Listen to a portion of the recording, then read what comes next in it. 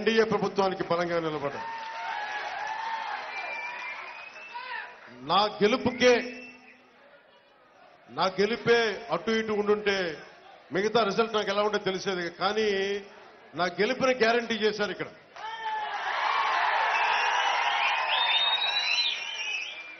నా గెలుపుని గ్యారంటీ చేశారు.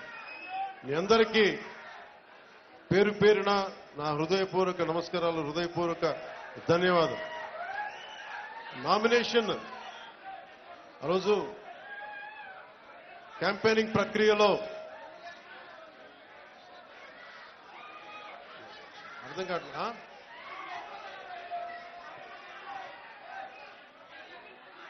అర్థం కావట్లేదు.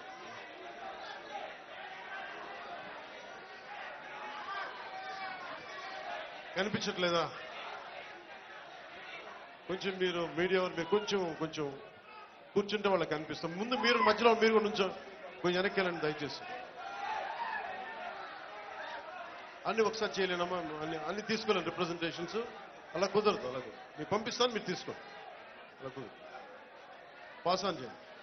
లేదు, సభ మాట్లాడుతున్నాం, మీరు డిస్టర్బ్ చేయొద్దాము. సభ మాట్లాడుతున్నాం, డిస్టర్బ్ చేయండి. ఆ ఫైల్స్ ఏమైనా ఉంటే మీరు ఎవరైనా తీసుకోండి, పాస్ ఆన్ చేసి తీసుకోండి.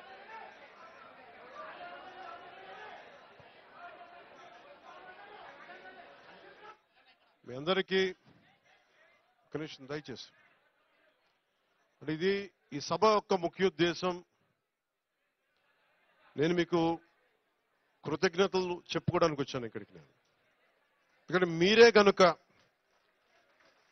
గనుక నాకు ఈ విజయం ఇచ్చుండకపోతే, ఆ విజయం తాలూకు నాకు లక్షణాలు గనుక మీరు చూపించకుండా కనుక ఉండుంటే రాష్ట్రం మొత్తం తిరిగే శక్తి నాకు వచ్చిండేది కాదు.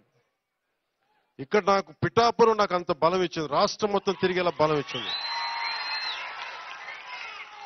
పిఠాపురం అనగానే గెలుపు ఖాయం అనిపించింది నాకు.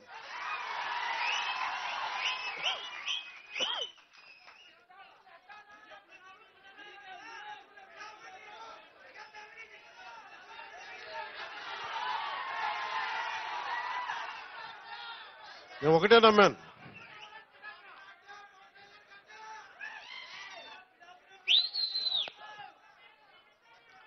మీకు పొద్దున కృష్ణరాజు గారని చెప్పి బీజేపీ నాయకులు అంటా ఉన్నా, పవన్ కళ్యాణ్ గారు గెలవగానే ఇక్కడికి వెంటనే వచ్చింటే బాగుండేది అని.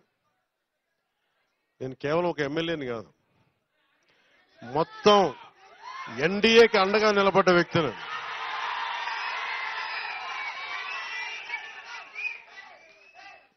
ఇప్పుడు నా కుటుంబం నన్ను అర్థం చేసుకుంటుంది, నాకు తెలిసి ఎప్పుడు రావు.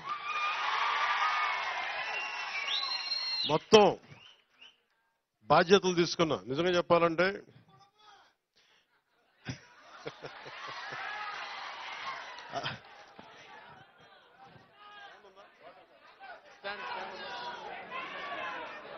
ఇవి ఒక్క నిమిషం, ఫ్యాన్ లేవు, ఏసీలే ఉన్నాయి, ఫ్యాన్లు తీసేసాం, పక్కన పెట్టేశాం.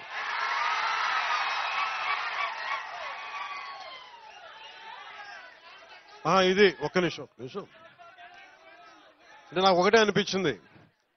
పిఠాపురం నేను హైదరాబాద్లో కూర్చున్నా, అందరూ అనుకుంటున్నారు కదా రిజల్ట్స్ వచ్చిన రోజున నేను ఏం చేస్తుంటానని.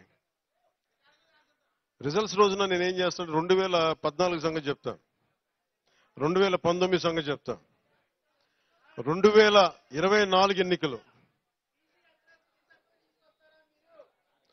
మాట్లాడనివ్వండి, మీరు ఉండండి, మాట్లాడనివ్వండి. ఫస్ట్ మీరు ఆగండి. ఇది ప్రెస్ మీటా బాబు? ప్రెస్ మీటా ఇది? ప్రెస్ మీట్లా మాట్లాడొద్దు. మాట్లాడుతున్నాం కదా, సభా సంస్కారమేనా అది? వినాలి, అలా కుదరదు. విను అలా కుదరదు. సభా సంస్కారం కాదు అది, సభా సంస్కారం కాదు. వినాలి మాట. ఏది సభకి, ఏది సభ? వినండి ఒక నిమిషం. ఏది సభ, ఏది అభినందన సభ? అది మాట్లాడకపోతే ఎట్లా, అది వినిపించకపోతే ఎట్లా? ఏదైనా కానీ, ఎవరైనా కానీ, ఏ పార్టీ అని కాదు, దేనికి ఆవేశాలు? దేనికి? కృతజ్ఞతలు వినండి వినండి బాబు బాబు ఒక నిమిషం బాబా ఆగండి. ఇది ముందస్తుగా కృతజ్ఞతలు చెప్పుకోవడానికి వచ్చాం. సమస్య ఏమైపోయిందంటే పవన్ కళ్యాణ్ అనగానే అందరికీ అలుసు చులకన అయిపోయింది.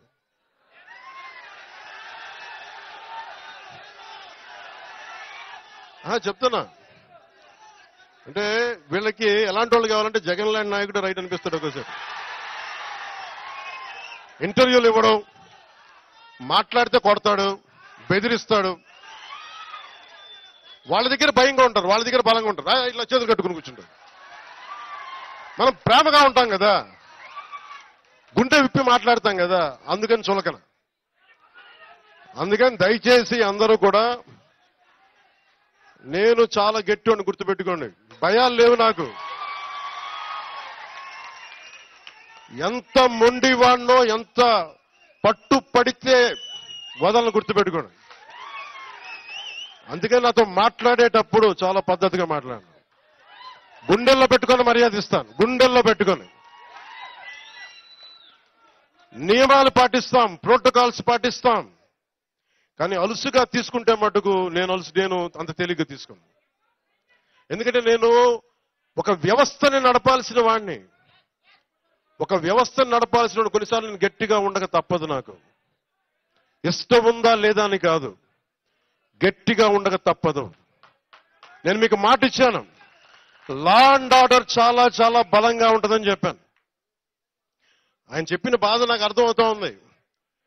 అట్రాసిటీ కేసుల గురించి ఏమంటారని. అది ఖచ్చితంగా అది ఉమ్మడి మనకి తెలుగుదేశం నాయకులు ఇచ్చిన ప్రణాళిక. అది కూటమి తీసుకుంది, ఖచ్చితంగా చేస్తాం అది. కానీ ఇది దాని